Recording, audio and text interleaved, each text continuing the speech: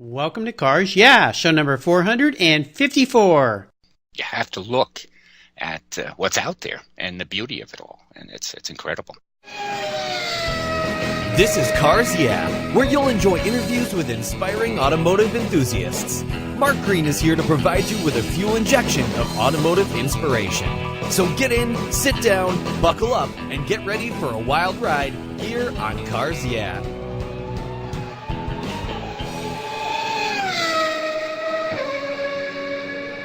I'll never worry again about having a dead battery with my NOCO Genius Boost Jump Starter. This compact tool fits in my glove box and features rechargeable lithium battery technology that'll jumpstart a dead battery in my car, boat, truck, or RV. The Genius Boost features built-in spark-proof technology and reverse polarity protection to safely jumpstart any of my vehicles. The compact, ergonomically designed clamps are built from solid copper for maximum conductivity. There's a built-in ultra-bright dual LED flashlight with 7 modes, including an SOS and emergency strobe.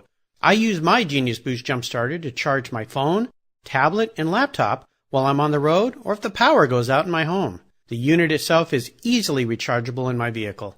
The Genius Boost from NOCO is the ultimate emergency tool that's safe and easy to use. Quality design, state-of-the-art technology from NOCO, the battery car source since 1914. I've got one in each of my vehicles. Get yours at geniuschargers.com. Hello, automotive enthusiasts. I am revved up and so excited to introduce today's very special guest, Craig Booth. Craig, are you buckled up and ready for a fun ride? Oh, yes. I love this. This is All great. right. Great to have you here. Craig Booth and his wife Pamela are automotive ceramic artists who put their talents to work creating sculptures of cars and characters who drive them. His CARtoons company is a platform from his studio, an online business where Craig views cars as unique machines with lives of their own. Their whimsical, beautiful works of art are often made to order and customized to match his automobiles, bikes, boats, and even the people who own them. The details are so precise in their pieces that they get down to the automotive specifications and even their customers' eye colors. I own some of Craig's work and it's quite spectacular. Craig, I've told our listeners a tiny bit about you. Would you take a brief moment, maybe share a little bit more about your business and, of course, your passion for making automobiles out of clay? Yes. I love clay way back about 40 years ago, and I used to do pottery and things like that. And, of course, I'm a car nut. I've always been, and I've owned a British car since I was 16 years old, and I still own one. And so one day I said I have to do something to make money rather than just go to the car shows. And my wife said the same thing. She didn't want to go. So I made a car, and then I made a bunch of them. I went to Hershey's, and I sold them. Yeah. And then out of clay. And then, of course, after that, people kept saying, can I have me with my car? Or can I give an award for somebody with a special car, customized, personalized? Sure. And so Pam came in because she's a figurative sculptor. So we worked together for over 30 years. We've been doing this in thousands of cars all over the world. Uh-huh. And we work on wire now, too. That's another thing we do. It's reflections in the back when the light hits it. Uh-huh. And I'm doing it even as much as huge garages we've done. We do dinner plates. We do tables, lamps, everything. So whatever somebody says they want something, I always say yes, even though I never did it before, and it always works. It's a great way to go through life, a great way to be creative and try new things. That's fantastic. Well, as we continue on your journey, Craig, I always like to start by asking a success quote. This is a saying that's been instrumental in forming your life and your success. It's a really nice way to get the inspirational tires turning here on Cars Yeah. So, Craig, take the wheel. I just say follow your passion. If you care about art, the main thing, in clay or any media.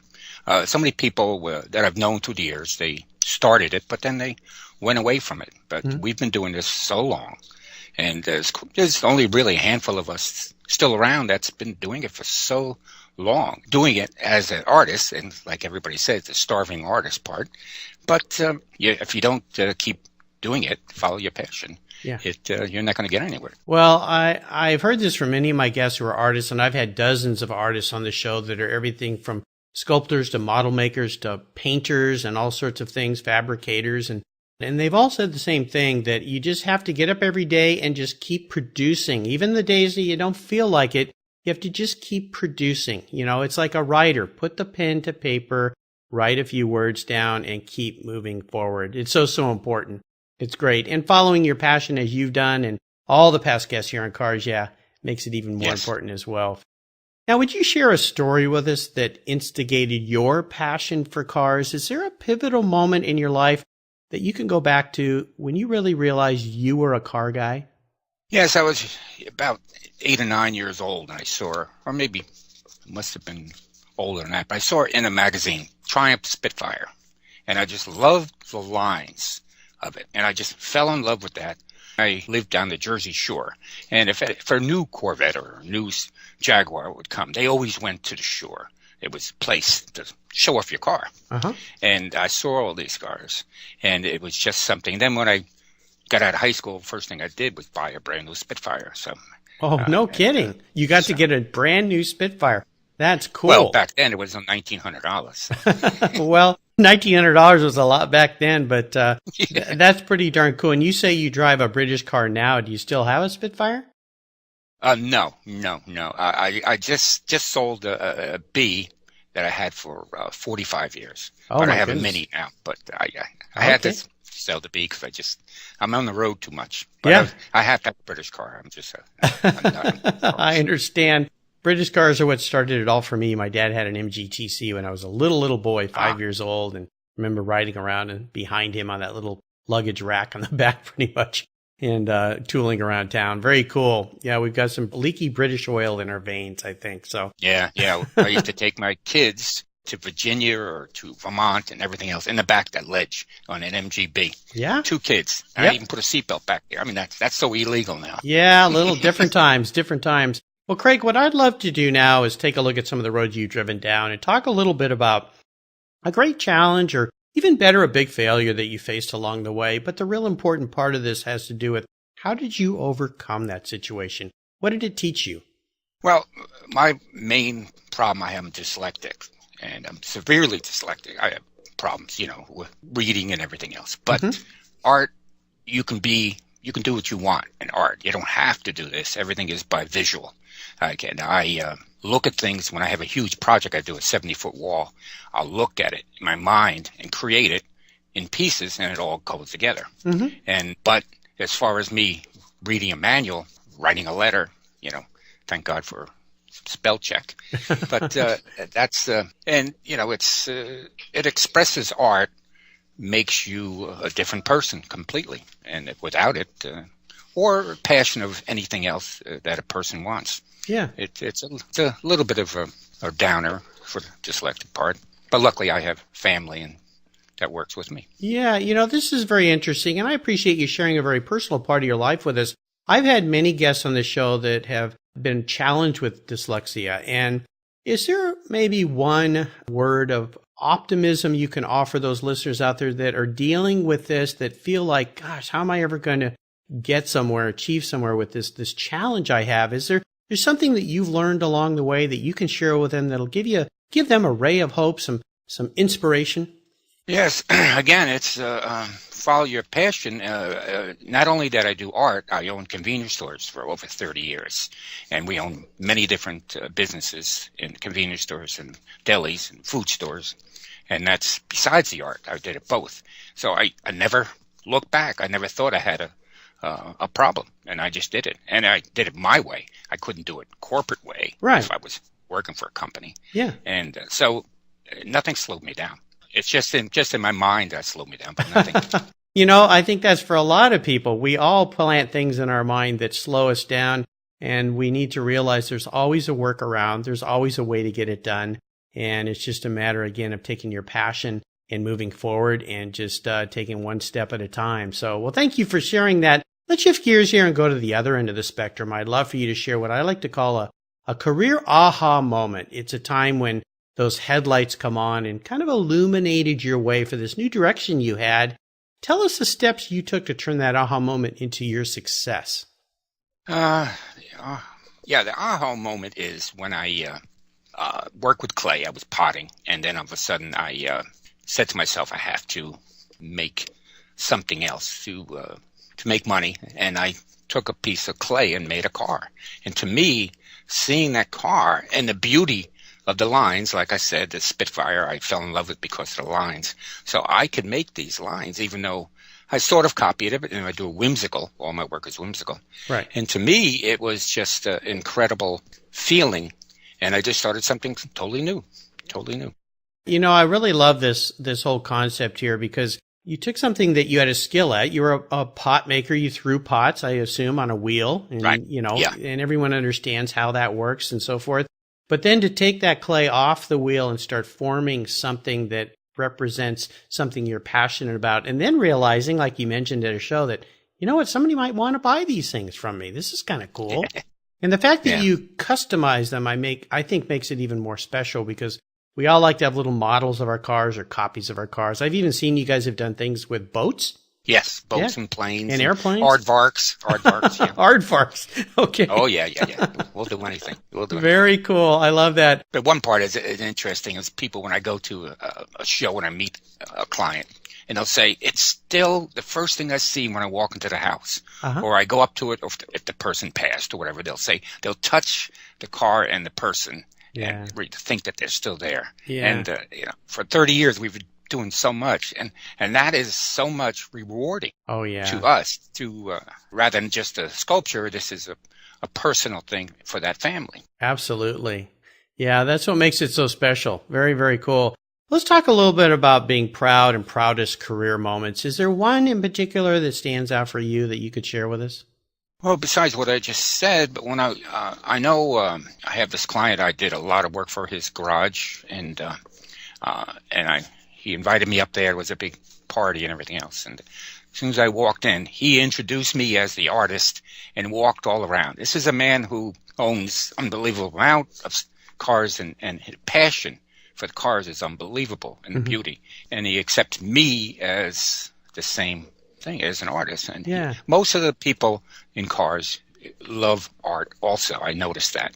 So, and it goes together. Most of it does. And to me, to be rewarded by this gentleman and many other people the same way, but it's just that part is exciting. Yeah, I think so. That's probably why I have literally dozens of artists who've been guests here on the show that create things that car collectors love to own, to hang inside their home or put on their desk, because you can't usually park your car in your house. You usually can't park it on the wall. So I think that's why a lot of us like to have little models or representations of cars we wish we had or cars we do have, and the same with artwork on the wall. Very special. Now let's have a little bit of fun here. What was your first really special car, and maybe you could share a memory you have with that vehicle? Well, I lived on the Jersey Shore, and I bought a 55 Volkswagen 18-window bus. And it had paisley curtains and all different colors, that is surfboard on the top, all this stuff. So in New Jersey, they have inspection stations. They don't have them anymore, but you had to drive through the separate inspection station. So I went through it, all different colors, and I gave the guy at the end, he says, it says blue on this registration. I says, well, I went home, we got a can of paint, painted it blue. Oh my gosh. Went back. And he goes, curses at me and everything else. And he says, okay, go. We went back, got a case of beer, and it went back to all the colors again. And I did this for 2 years. Oh, my gosh. Now, wouldn't it have been easier just to change the color on the registration rather than repaint the whole bus?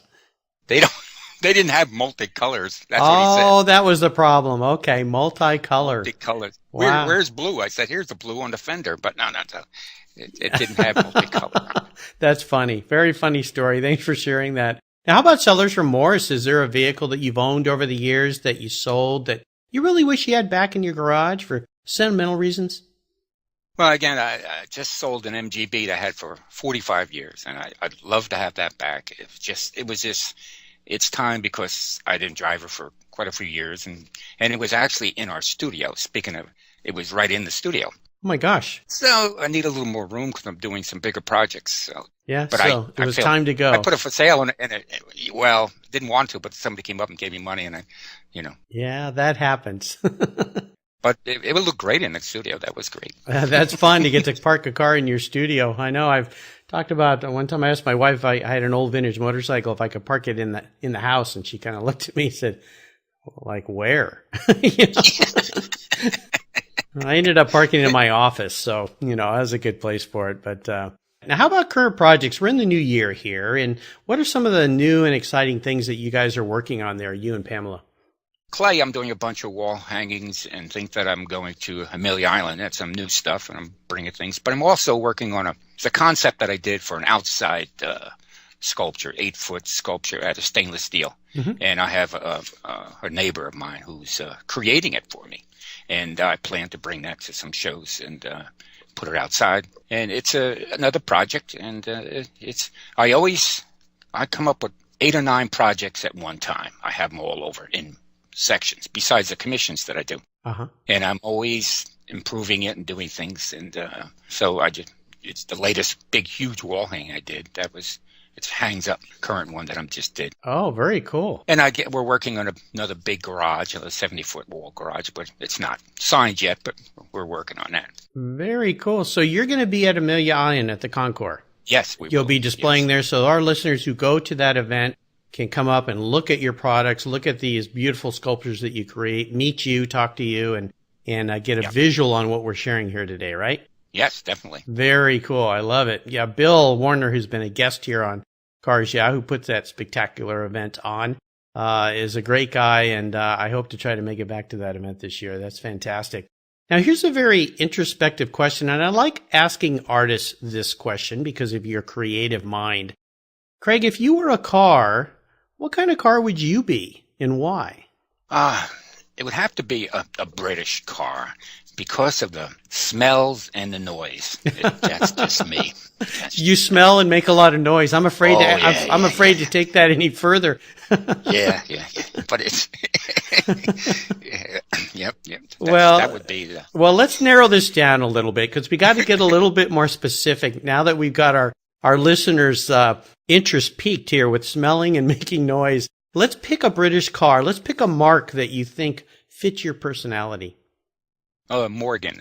Morgan. I love a Morgan. I love the vintage. Yeah. Of course, I got my vintage. Yeah. And I just love the fenders and the headlights and it's just the styles of all. Even the newer ones, it's incredible. Yeah, fantastic. So I just love the Morgans. I love it. So Craig's an old Morgan. Very nice. Well, Craig, up next is the last lap. But before we put the pedal to the metal, let's say thank you to today's Cars Yeah sponsor. If you own collector cars and still have a little bit of money left over, congratulations. You're ahead of most people. But what should you do with the money you don't spend on cars? Talk to Chris Kimball, certified financial planner practitioner. For over 20 years, he's been helping people just like you and me with their financial planning and investments. And he's a car guy too. Call 253-722-PLAN.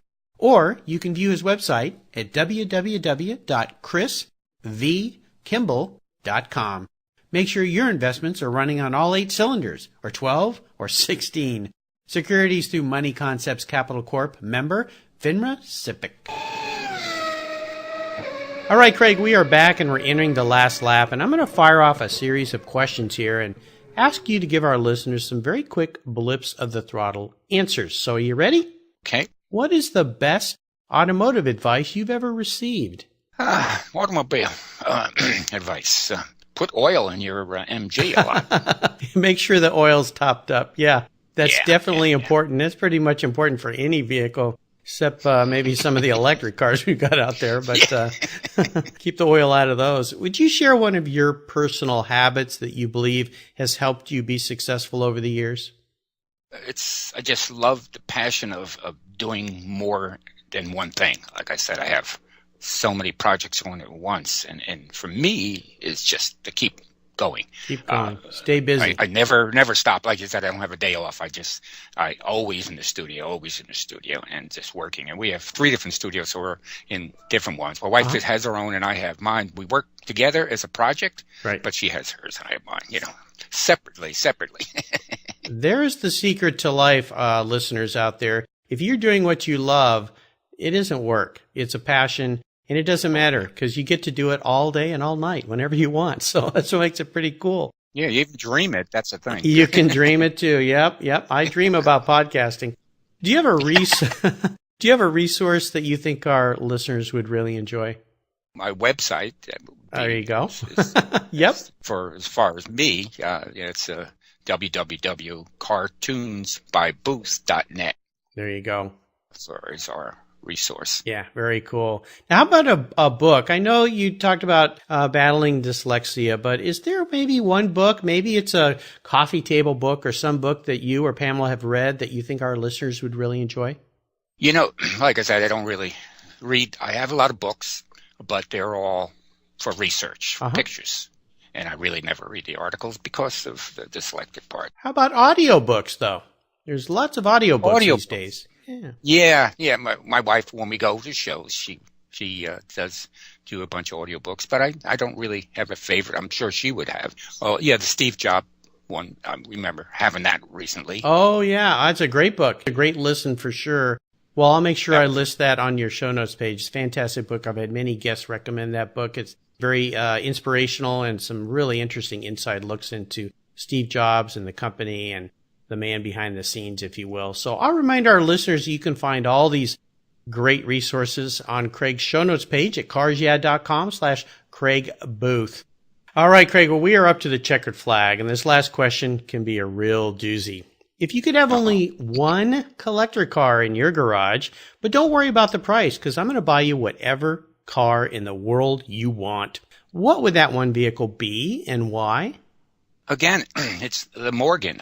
It's not for a high-priced car or anything like that. Of course, it's up there now, but it's the beauty of the lines and again the sounds and the smells and the challenge of keeping it going.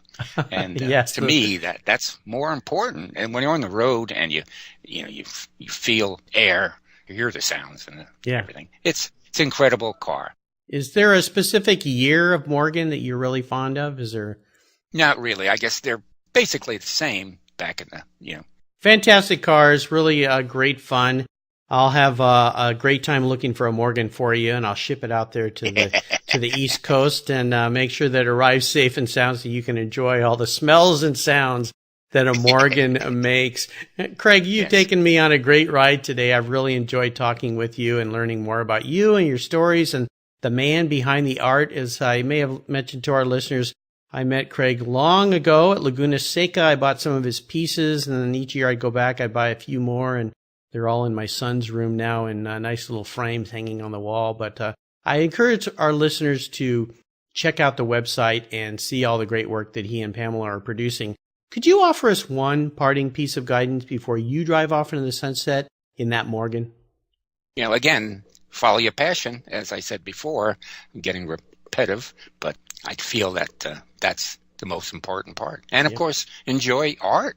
I mean, how much can it be for the people to look at art and look at, like our house right now overlooks a huge mountain. And we have people that come to the house and just don't even look at the mountain, and then here it is. It's the whole thing. And you have to look at what's out there and the beauty of it all. And Absolutely. It's incredible. Absolutely. And again, let's remind our listeners the best way for them to go online and learn more about you. What's your website? Okay, it's www.CARtoonsbyBooth.net. Okay, and is cartoons all one word? Yeah. No, it's all one word. Cartoons by Booth. Cool, great. Well, again, you can find links to all of these great things on Craig's show notes page at carsyeah.com. Just type Craig, C-R-A-I-G, into the search bar. His show notes page will pop up with links to everything. If you're going to be at Amelia Island, make sure you walk up and say, "Hey, Craig, I heard you on Cars Yeah." Thanks again, Craig, for being so generous with your time and your expertise and for sharing your experiences with me and with the Cars Yeah listeners. Until we talk again, I'll see you down the road. Okay, thank you. You're welcome. Thank you so much for joining us on today's ride here at Cars Yeah. Drive on over to carsyeah.com to find show notes and inspiring automotive fun. Download your free copy of Filler Up, a fun book filled with gorgeous photographs of fuel filler fun, including quotes from more inspiring automotive enthusiasts. Download your copy today, and we'll see you next time on Cars Yeah!